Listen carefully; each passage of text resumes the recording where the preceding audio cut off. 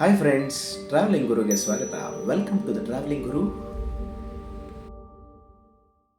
ಮೊದಲಿಗೆ 1000 ಸಬ್ಸ್ಕ್ರೈಬ್ಗಳ ಗಡಿಯನ್ನು ದಾಟಿಸಿದ ನಿಮ್ಮೆಲ್ಲರ ಅಭಿಮಾನಕ್ಕೆ ನಾನು ಥ್ಯಾಂಕ್ಸ್ ಹೇಳಕ್ಕೆ ಇಷ್ಟಪಡ್ತೀನಿ. ನಿಮ್ಮಗಳ ಅಭಿಮಾನ ಹೀಗೆ ನನ್ನ ಜೊತೆ ಸದಾ ಟ್ರಾವೆಲ್ ಮಾಡ್ತಾ ಇರಲಿ ಅಂತ ಆಶಿಸ್ತಾ ಈ ವಿಡಿಯೋ ಶುರು ಮಾಡ್ತೀನಿ. ಇನ್ನೂ ನನ್ನ ಚಾನಲ್ ಸಬ್ಸ್ಕ್ರೈಬ್ ಮಾಡ್ಕೊಳ್ದೇ ಇರೋರು ಸಬ್ಸ್ಕ್ರೈಬ್ ಮಾಡ್ಕೊಳ್ಳಿ. ನಿಮ್ಮ ಅಮೂಲ್ಯವಾದ ಲೈಕ್ ಕೊಡಿ, ಕಮೆಂಟ್ ಮಾಡಿ, ಶೇರ್ ಮಾಡಿ. ಇದು ದೇವನಹಳ್ಳಿ ದೊಡ್ಡಬಳ್ಳಾಪುರದ ಮಧ್ಯೆ ಇರುವಂಥ DC ಆಫೀಸ್. ಈ DC ಆಫೀಸ್ ಎದುರುಗಡೆ ಒಂದು ಅಂಡರ್ ಪಾಸ್ ಇದೆ. ಆ ಅಂಡರ್ ಪಾಸಲ್ಲಿ ಪಾಸ್ ಆಗಬೇಕು ನಾವು. ಇದೆ ನೋಡಿ, ನಾವು ಹೋಗಬೇಕಾಗಿರೋ ಸ್ಥಳ.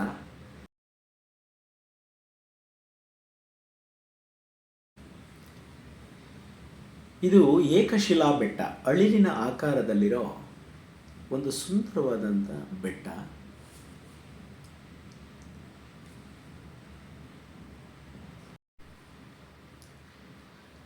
ಬೆಟ್ಟದ ಮೇಲ್ಭಾಗಕ್ಕೆ ಯಾವುದೇ ವೆಹಿಕಲ್ಗಳ ಮುಖಾಂತರ ಅದು ತಲುಪಬಹುದು. ಸೊ ಅದರಿಂದ ಯಾವುದೇ ಟೆನ್ಷನ್ ಇಲ್ಲ, ನಡ್ಕೊಂಡು ಹತ್ತಬೇಕನ್ನೋ ಟೆನ್ಷನ್ ಇಲ್ಲ. ಈಸಿಯಾಗಿ ಬೆಟ್ಟದ ಟಾಪ್ಗೆ ಯಾವುದೇ ವೆಹಿಕಲಲ್ಲಿ ಬಂದರೂ ರೀಚ್ ಆಗ್ಬೋದು.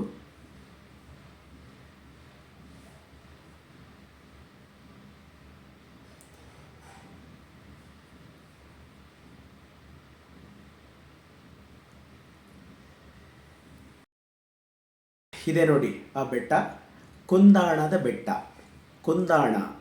ಕುಂದಾಣದಲ್ಲಿ ಕುಣಿದಾಡೋಣ. ಎಷ್ಟು ಚೆನ್ನಾಗಿದೆ ಅಲ್ವಾ? ಈ ಬೆಟ್ಟದ ವಾತಾವರಣ ತುಂಬ ಚೆನ್ನಾಗಿದೆ. ಒಂದೇ ಏಕಶಿಲೆಯಲ್ಲಿರುವಂಥ ಬೆಟ್ಟ ಇದು. ಇಲ್ಲಿಂದ ಒಂದು 40-50 ಮೆಟ್ಲು ಮಾತ್ರನೇ ಮೇಲ್ಗಡೆಗೆ ಹತ್ತಬೇಕಾಗಿರೋದಷ್ಟೇ. ದೇವನಹಳ್ಳಿ ಪಾಳ್ಯಗಾರರ ಕಾಲದಿಂದಲೂ ಸಹ ಇದಕ್ಕೆ ಆದ್ಯತೆ ಇದೆ. 13ನೇ ಶತಮಾನದಲ್ಲಿ ಹೊಯ್ಸಳರಿಗೆ ರಾಜಧಾನಿಯಾಗಿತ್ತಂತೆ. ಆಮೇಲೆ ಮೊದಲನೇ ಕೆಂಪೇಗೌಡ, ಯಲಹಂಕದ ಮೊದಲನೇ ಕೆಂಪೇಗೌಡರು ವಿಜಯನಗರ ಸಾಮ್ರಾಜ್ಯದ ಅಪ್ಪಣೆ ಮೇರೆಗೆ ಬೆಂಗಳೂರನ್ನು ನಿರ್ಮಾಣ ಮಾಡೋದಕ್ಕೆ ಮುಂಚೆ ಇಲ್ಲಿ ಕೋಟೆ ಕಟ್ಟಿ ಇದನ್ನು ಒಂದು ಠಾಣಾ ನೆಲೆಯಾಗಿ ನಿರ್ಮಾಣ ಮಾಡಿದ್ರಂತೆ.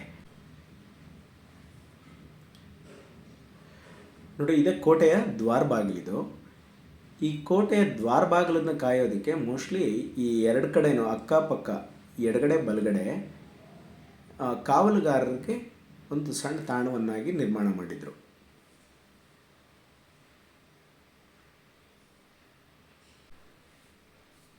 ಇದು ಕುಂದಾಣಹಳ್ಳಿ.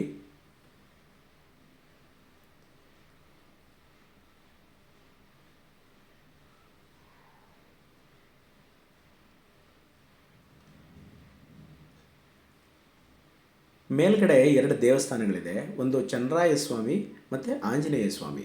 ಇಲ್ಲಿ ಆಂಜನೇಯ ಸ್ವಾಮಿ ಬಹಳ ವಿಶೇಷ ಅಂತೆ. ಶನಿವಾರ ಒಂದು ದಿನ ಮಾತ್ರನೇ ಸಾಮಾನ್ಯಕ್ಕೆ ಇಲ್ಲಿ ಓಪನ್ ಮಾಡಿರೋದು ಅಂತ ಹೇಳಿದ್ರು. ಬೆಟ್ಟದ ಮೇಲಿಂದ ಈ ವಾತಾವರಣ ನೋಡಿ ಎಷ್ಟು ಚೆನ್ನಾಗಿ ಕಾಣಿಸ್ತಾ ಇದೆ ವ್ಯೂ.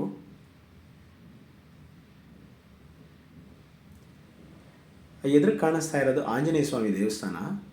ದೇವಸ್ಥಾನದ ಮುಂದೆನೇ ಒಂದು ನೀರಿನ ದೊಣೆ ಕಾಣಿಸ್ತಾ ಇದೆ ನೋಡಿ.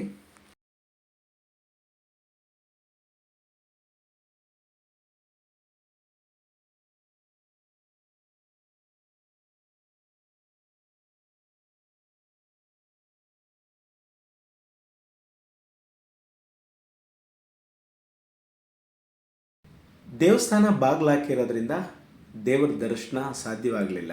ಇದೇ ಆಂಜನೇಯ ಸ್ವಾಮಿ ದೇವಸ್ಥಾನ. ಜೈ ಹನುಮಾನ್, ಜೈ ಶ್ರೀರಾಮ್.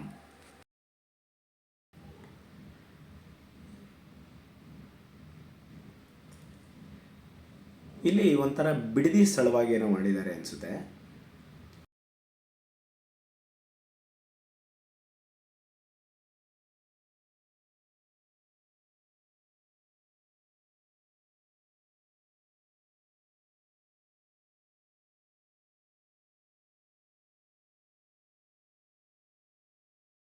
ದೇವಸ್ಥಾನದ ಗೋಪುರ. ಇಲ್ಲಿನ ಪಂಚಾಯಿತಿಯವರು ಇದರ ರಕ್ಷಣೆಗೋಸ್ಕರ ಅಂತ ಎಷ್ಟು ಚೆನ್ನಾಗಿ ಸ್ಟೀಲ್ ಫೆನ್ಸಿಂಗ್ ಮಾಡಿಸಿದ್ದಾರೆ ಅಂತ ಅಂದರೆ, ಬೆಟ್ಟದ ಪೂರ್ತಿ ಇದೇ ಥರ ಇವಾಗ ನಿಮ್ಗೆ ಏನು ಕಾಣಿಸ್ತಾ ಇದೆ, ಇದೇ ಫೆನ್ಸಿಂಗ್ ಪೂರ್ತಿ ಬೆಟ್ಟದ ಮೇಲ್ಭಾಗ ಪೂರ್ತಿ ಇದೆ. ಅವರು ಆಸಕ್ತಿಯಿಂದ ಈ ಕೆಲಸವನ್ನು ಮಾಡಿದ್ದಾರೆ.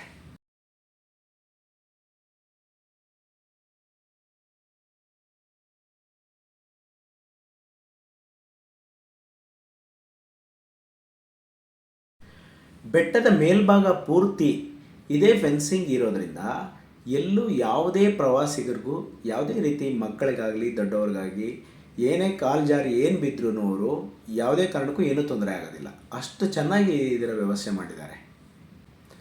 ಆ ಪಂಚಾಯತಿ ವ್ಯಾಪ್ತಿಯಿಂದ ಈ ಕೆಲಸ ಯಾರು ಮಾಡಿಸಿದಾರೋ ಅವರೆಲ್ರಿಗೂ ನಿಜವಾಗೂ ಹ್ಯಾಟ್ಸ್ ಆಫ್ ಅಂತೂ ಹೇಳಬೇಕು. ಅಷ್ಟು ಚೆನ್ನಾಗಿ ಇದರ ರಕ್ಷಣಾತ್ಮಕವಾದಂಥ ಕೆಲಸ ಮಾಡಿದ್ದಾರೆ.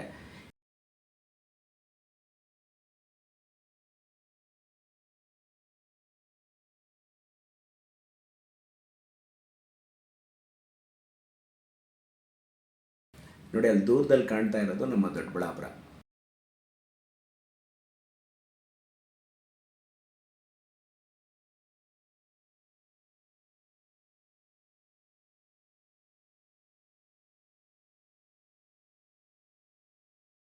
ಈ ಎತ್ತರವಾದ ಪ್ರದೇಶದಿಂದ ಪೂರ್ತಿ ಸುತ್ತಲಿನ ವಾತಾವರಣ ಪೂರ್ತಿ ನಮಗೆ ಕಾಣಿಸ್ತಾ ಇದೆ.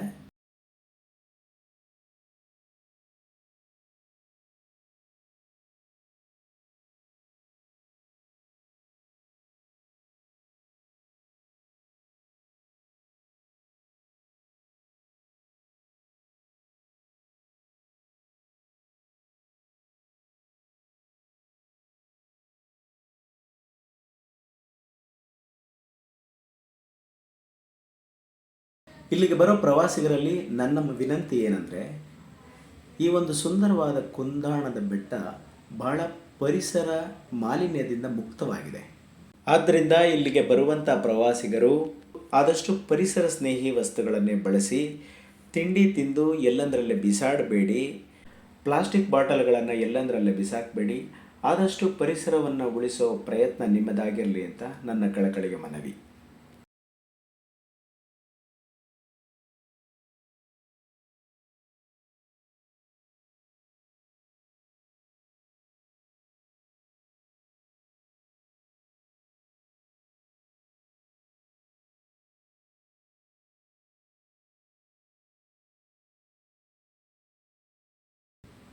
ಬೆಟ್ಟದ ಮೇಲ್ಭಾಗದಿಂದ ನೋಡಿ ನಮಗೆ ಪಾರ್ಕಿಂಗ್ ಲಾಟ್ ಕಾಣಿಸುತ್ತೆ. ಈಗ ಎಷ್ಟು ಚೆನ್ನಾಗಿದೆ ಅಂತ ಅಂದರೆ, ಕಂಪ್ಲೀಟ್ ಎಲ್ಲ ಕಾಂಕ್ರೀಟಲ್ಲಿ ರೆಡಿ ಮಾಡಿ ಇವರು ಎಷ್ಟು ಅಚ್ಚುಕಟ್ಟಾಗಿ ಮಾಡಿದ್ದಾರೆ ಅಂತ ಅಂದರೆ ಭಾಳ ಚೆನ್ನಾಗಿ ಮಾಡಿದ್ದಾರೆ.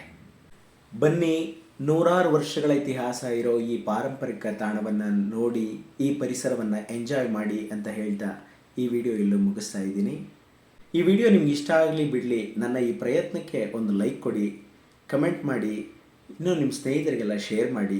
ಇನ್ನೊಂದು ಹೊಸ ವಿಡಿಯೋ ಜೊತೆ ನಿಮ್ಮ ಮುಂದೆ ಬರ್ತೀನಿ.